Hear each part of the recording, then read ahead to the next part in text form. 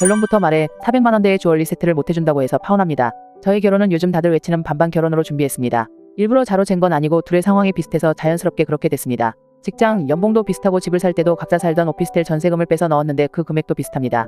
모은 금액도 비슷하고 결혼 비용도 반반 예정이었습니다. 그런데 제가 집안에서 도움을 좀 많이 받아서 남자친구에게 예물로 차를 해줬습니다. 이사가면서 신혼집과 제 회사가 많이 가까워졌기 때문에 제가 타던 차를 팔고 거기에 보태서 국산 신차를 계약했습니다. 아주 대단한 차는 아니지만 원래 차가 없던 남자친구가 매우 기뻐했고 저도 큰 선물을 해줄 수 있어서 기뻤습니다. 그에 반해 저는 결혼식이나 프로포즈에서 크게 바라는 건 없었습니다. 명품이나 결혼 핑계로 이것저것 사고 먹고 노는 짓 안 했고요. 그런데 제 로망이 퀄리티 좋은 주얼리 세트였습니다. 귀걸이, 목걸이, 반지 같은 라인으로 맞추는 거요.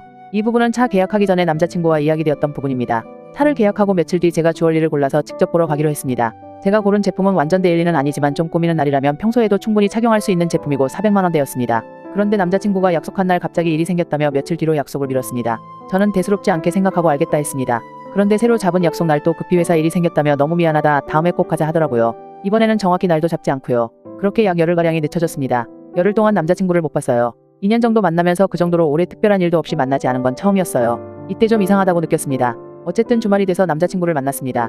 이제 주얼리샵에 가자고 말하기도 애매했어요. 장난감 사달라고 조르는 애 같고 남자친구가 먼저 가자고 할 줄 알았습니다.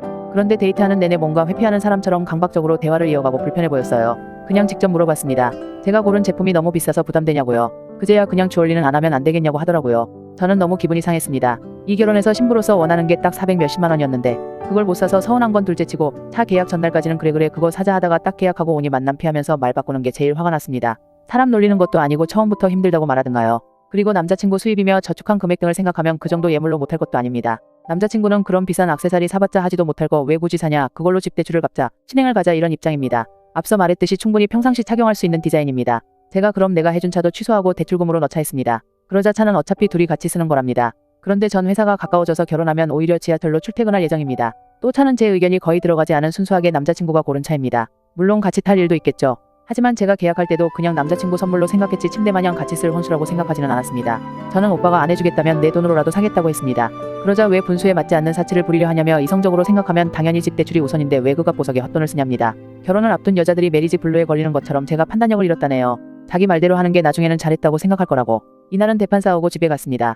데이트할 때 뭘 먹거나 어디 여행 갈 때도 과하게 구두쇠처럼 굴고 사람 기분 상하게 하진 않았던 사람이라 더 당황스러웠습니다. 남자친구 말대로 제가 억지를 부리고 있나 싶기도 했고요. 다음에 만났을 때 그럼 오빠 차도 취소하고 내 취향도 반영하고 가격도 좀 더 낮춰서 다시 계약하자고 했습니다. 그러자 절대 안 된다며 그깟 액세서리 못 사게 했다고 악감정으로 이러는 거냐, 사람을 가지고 노는 거냐 하더라고요. 나는 결혼 예물 400도 못 쓰는데 오빠는 거의 4천 가까이 쓰는 게 말이 안 되지 않냐, 오빠 말대로라면 차도 최대한 절약해서 집 대출로 넣는 게 맞지 않냐 하면서 유치하게 싸웠습니다. 남자친구는 저에게 왜 이렇게 생각 없이 어린애처럼 구냐, 그렇게 안 받는데 결혼하니까 남들한테 과시할 게 그렇게 필요하냐 그러고요. 그 과정에서 남자친구가 자기 건 못 버리고 나한테만 근검 절약을 강요하는구나, 정말 이기적이구나 많이 느꼈습니다. 예물로 주도권을 주려는 건가 싶기까지 했습니다. 그제야 남자친구가 평소에 자기 취미에 1, 20씩 쉽게 쓰던 것, 최상급 용품들 한 번씩 지르던 것, 기분 따라 돈을 쓰는 경향이 있었다는 것 등 일부러 외면했던 게 보이더라고요. 자기 회사 여자 동료들이 고급 호텔이나 명품 인스타 올리면 못마땅한 시선으로 보던 것도요. 저도 그런 과시적 소비 싫어해서 별 생각 없었는데 제가 부인이 되면 저도 자기의 이중적인 기준에 맞춰야 하는 거였나봐요. 결국 파혼 통보했습니다. 남자친구는 이게 말이 되냐며 난리였어요. 결혼을 이렇게 쉽게 생각하냐, 자기를 이렇게 쉽게 생각하냐, 겨우 그 액세서리 때문에 결혼을 무른다는 게 말이 되냐, 차값이 아깝냐 등. 저도 파혼의 발단이 주얼리 세트라는 게 어이없긴 합니다. 이렇게 파혼하는 게 맞나 싶기도 하고요. 아직까지 이번 주말에 차 계약을 취소하려고 하는데 이게 정말 맞나 싶습니다.